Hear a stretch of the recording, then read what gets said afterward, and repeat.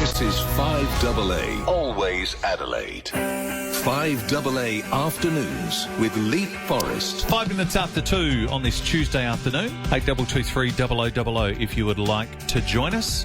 We'll speak to Phil Hoffman later this hour, talking all things travel. But as you've been hearing on 5AA over the last couple of weeks, we've been celebrating the great NDIS companies here in Adelaide and South Australia, right across the state, who do so much amazing work for so many people. That continues today, because today we shine a light on Estara.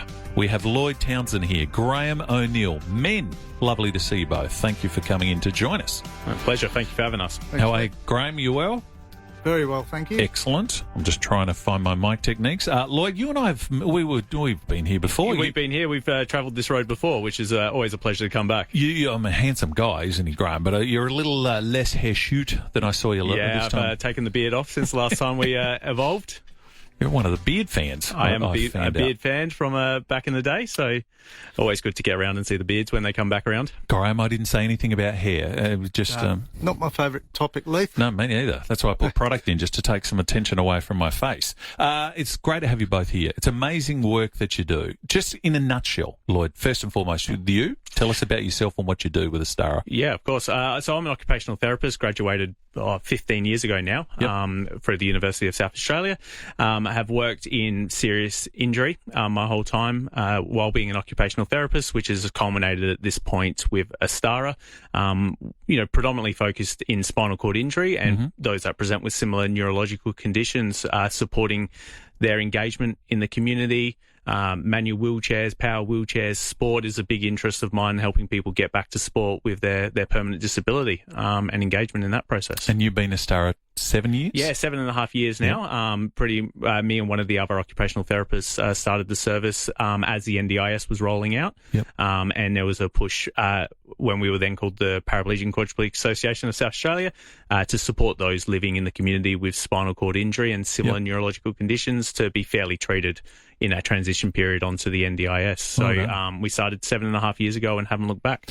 Amazing work that you're doing. Graham, you've got him covered though. You've been there 10 years, am I right? Yeah, 10 years. I had a motor vehicle accident in 1989, so I've got the lived experience of having a spinal cord injury. I'm paralysed from the chest down.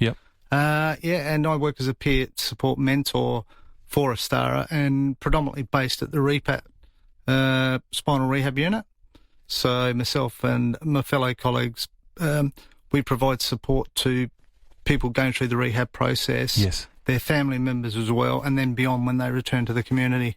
How important is it that the two of you almost working in tandem, like it's experience and expertise on both sides? Yeah, it's invaluable for our organisation and our disability support aspect of our organisation, including the OTs, the physiotherapists, and our spinal nurse advisors, as well as our support coordinators, to have the wealth and experience of our peer support advocates to be able to draw on their expertise of living with the disability and their engagement within the community, which really highlights some of the community-based issues which we strongly advocate for as an organisation to help and support, but also what works and what doesn't work, so we can help try avoid some mistakes that do occur working in this area where people change over time with their disability. So your mantra is independence, isn't it? That's really what... Can you explain that to us, what that looks like? Yeah, so the independence to make a person with a disability as independent as possible. So through various sort of equipment may be required or modifications to a home or something like that, which allows the person to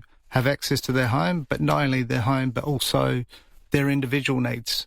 How they can be as independent as possible with their everyday living.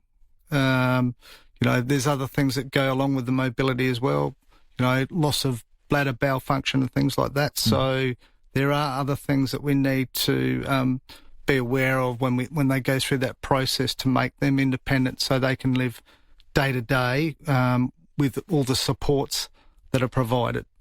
How valuable is it for you that you've lived that journey? So you come, and do you sometimes look back and think about what it was like for you post-accident? Absolutely. So things have changed a lot in the time I've had my spinal cord injury. Back in the day in the old Hampstead Centre, they used to have like communal bathrooms and things like that where you'd share, whereas now at the new REPAT facility, they've got their own ensuite rooms, state-of-the-art technology, some of the gym equipment that was provided by Estara actually. the HER equipment, which allows people to do their rehabilitation for strength and fitness. So things have changed a lot. Accessibility around places and that sort of thing as well. What sets you apart? What makes Estara as great as it is? Yeah, I think the people that we work with and I know it's a cliche saying, but the people that we work with have a deep commitment to those living in the community with a spinal cord injury, especially in our disability service team. So that being our occupational therapists, our physios, nurses, and our support coordinators have a real passion and support for those living with spinal cord injury and supporting their journey through NDIS or any other insurance schemes that they're potentially encapsulated within. And I think overall within our Estara team, we have in-home community supports, which is, I guess, providing in-home supports for those that maybe require some assistance with gardening, shopping, getting to appointments, personal care, and other elements. It's just the care and the unique and individualised assessments and treatment that we provide all of those clients. And you must be doing a great job because you've got longevity. Like, you've been around for a long time. Yeah, 1963. Initially, when we first started, come from a few staff up until now where we've got 620 staff. Yeah, I was staggered to read that. That's a lot of people. Yeah, absolutely. And, we're a statewide service, so we've got some regional offices down the Mount. Mount Gambier, Port Pirie, Berry as well, and a few of the other smaller satellite organisations, Port Lincoln. I guess injury doesn't just happen here in Adelaide, it happens all around the state. So, we're here for anyone living with a spinal cord injury or disability for our in-home community supports throughout the state. Was there something in your life that made you take this career path? Yeah, look, I think, we're all products of our childhood to some extent. I guess unlike Graham's instance where he had an injury, for me, my parents were always in disability or allied health services, podiatry, massage therapy, physiotherapy. So it was always an area of interest to me. And then, many years ago now, my mum got very sick and had a stint at Hampstead through the brain injury unit down there. So and I got to see the journey and the incredible things that occupational therapists could do to help support someone get back home and live at home through their disability. So it really opened up the opportunity and desire for me to get out there and support people living with permanent disabilities to be as independent as possible and enjoy their life to their full extent. Yeah, so the catalyst for you to give back, which is great. So Graham, when you probably don't think about it post-accident, what you're going to do with your life, what path you'll follow. Was it something that you decided not only would you rehabilitate yourself, but you wanted to help others? Yeah, I think I was very fortunate because I sort of fell into it a bit. But I'd experienced a number of different occupations in my life and that sort of thing, and I've been very fortunate to have worked in. I had a trade background initially. I went and worked in security for a while, and then I moved into finance. But eventually, I was never really satisfied. I started work in a disability service provider organisation, working with people trying to find employment and maintain their employment. And then from there, that sort of led on to a position became available at the time, PQSA, now Estara, just over 10 years ago. And I just thought peer support, that's what I'd really like to do and use my own lived experience to sort of help others. And sort of we cover a number of different areas. People ask about how do you go travelling. A lot of it's to do with not so much the emotional support, but all the other things that go with the practical side of things. Yes. Everyday living. You drive a car now, you go to work, I've got a wife, I've got 2 boys. So they see you come and go from the unit where I work. They're always asking, what did you get up to on the weekend and things like that. So it's a bit of you're there as a mentor and a bit of a role model, I suppose, just so people can see that although you've sustained a spinal cord injury, there still is a life. And, once they find that purpose, that's it. And that guidance that you provide would be massive. So I'm from the southeast. We had a great dear family friend who was a tree feller and unfortunately had a spinal cord injury when the tree fell on him. And the whole life changes. All of a sudden you're this fit, active footballer, where life is going this way, and then all of a sudden you've got to... So I imagine not just for the people involved with the spinal cord injuries, but also the family and the friends and the associates, the community. That's also an education for them too. Absolutely. So we spend a lot of time with family members as well. We run these family dinners once a month. So for families only, we used to call it the Take Some Time Out dinner because they get away from the actual client themselves. So they could ask questions. We've got our spinal nurse advisors that attend those family dinners. We pay for the dinner to encourage people to go along, and then they can ask any sort of questions in that sort of informal environment where they're really comfortable, and it's not so they can take a couple of members, and even if they're not comfortable with asking questions, they're still there to hear all the information and use whatever they find useful. Is there a common question that you get asked the most? Oh, look, I think, especially at the early stages, with people going through their initial recovery phase at the repat, I guess one of the always primary questions I think we all get is, will I walk again? That's always going to be a thread and has been a thread for probably 15 years that I've worked in this area, in this space for. I guess outside of that question, because that's, I guess, a physiological question, so there's not necessarily a straightforward answer to that, but, what will life look like for me? And it's always a crystal ball, but, from an occupational therapist point of view, we always break it down into small steps. What's our first goal? What's the first goal that you want to do? Is it getting up? Is it getting dressed? Is it getting there, getting mobile? And we can work on the larger goals of driving, returning home. These are for people in the unit itself. As we progress down and we get those basics under wraps, I guess for people like Graham who've lived in the community for such a long time, now it's supporting Graham. Graham knows what he likes and what he needs to do and what he wants to do out there in the community, but it's about us supporting that aging process with his spinal cord injury and what equipment is coming onto the market to make that life as easy as it was when he was a fit, young, strapping 30-year-old. Because that's, I guess, the challenge as we age. Aging is difficult for all of us, but aging with a permanent disability adds another level of impairment and complexity. And those that, I guess, are in wheeled mobility, wheelchairs, experience their shoulders doing a lot more work than me and yourself. So in shoulders not designed to be legs. So, for us, it's very poignant on how we safeguard people through their journey, through their life. Did you watch the Christopher Reeve documentary?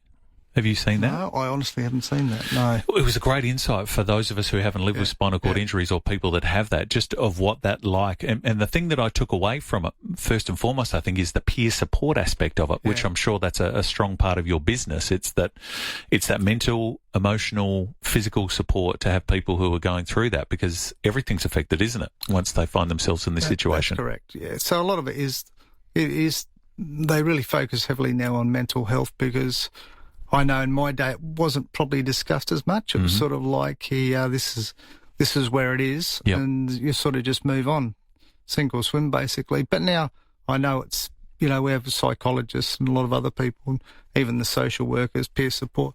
But often, a lot of the time, the client will come to us because they probably trust us a bit because we've got that lived experience. How did we deal with that situation? How do you work through that?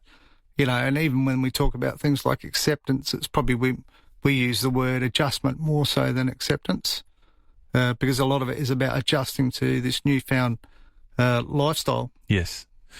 Couple of questions before I let you out of here. Of course. Things have changed immensely, haven't they? Like, I know you do a beach day where, and I see this, and I've got friends who've got children, who have mobility issues. It's amazing what you're able to do now. Yeah, absolutely. So, it's been, I guess, one of our passion projects, to giving back to the community, from our roots as a peer advocate or an advocate society when we formed in 63, to now it's about giving back to the community. And that's the spinal community, but the general disability community where we can, being fortunate enough in that charity space to do that work. So we've, over the last 5 years, run beach days every summer. And there'll be upcoming beach days in the 25-26 summer season down there at Glenelg, which we've managed a partnership with. So we've managed to donate some beach matting. We've got up to 5 beach chairs now, and we get our clinicians to donate their time on a weekend to be down there in an inclusive beach environment, to help people transfer, get into the chairs, spend time with them in the water for an hour and a half at a time, or longer if they can, and we can facilitate that. Just sitting in the chairs. We had one lady who hadn't been in the water in 30 years, came down with her dogs. Was incredible experience to get her back in the water after not being able to, just dip her toes in the water. Which I think, when we when we're just down at the beach, we take for granted that it's very easy to get across sand and into that water space. So, it's an incredible project that we do. And to see that joy. And it's one of the major reasons that we get out there and continue to do it and support the population that we do. What's a learning, Graham, that people can take away from Estara, from the work that you do, from the situation people may find themselves or their family in? Yeah. What would be your final message for people listening to you this afternoon? Well, the important thing, particularly if we're talking about the NDIS or things like that, is basically you really need to do your homework on what's out there and whether you've got people that can provide that support, particularly with registered NDIS providers and things like that, so that you know that they've been audited and things like that to know that they're legitimate. Mm-hmm. There are some providers out there that aren't, and so be aware of that. Do your research, interview people, support workers, or support agencies, but I suppose at the end of the day, the most important thing is to provide that cohesion between support workers, family members, and everybody, because it's not just a individual approach, it's a holistic and collective approach. So everybody's on board, because you need all that support to get a really positive outcome. It's great advice, because that's the question that I hear the most on the radio is that people don't understand. There's confusion, there's questions that they have. Are they the right people for me? What's my situation? So lived experience, expertise, I mean, that's got to come in handy. Yeah, absolutely. I think, it's an industry which is forever changing and has changed with the rollout of the NDIS, and we don't know where it will be the next 5-10 years. And, we will continue to support our members and those that we work with. But, taking the time to explore your options and explore the agencies, and going with agencies out there that have that accountability to the NDIS that are registered provides you a good opportunity to be in the right place. And if you don't feel like the people you're working with have the right expertise, then going out to market and finding those people to best support your life.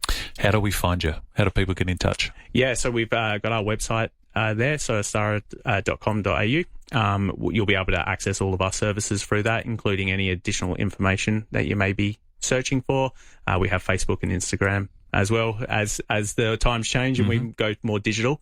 And we're located on the corner of Fullerton and Green Hill Road. So you can always pop in and see our lovely Mel. Well done. Amazing work that you're both doing. And congratulations to all the staff. I mean, you've got a lot of staff. There's a lot of congratulating to do, but such a vital role that you provide. So continued success with it. Lloyd Townsend, Graham O'Neill, my guest from Estara.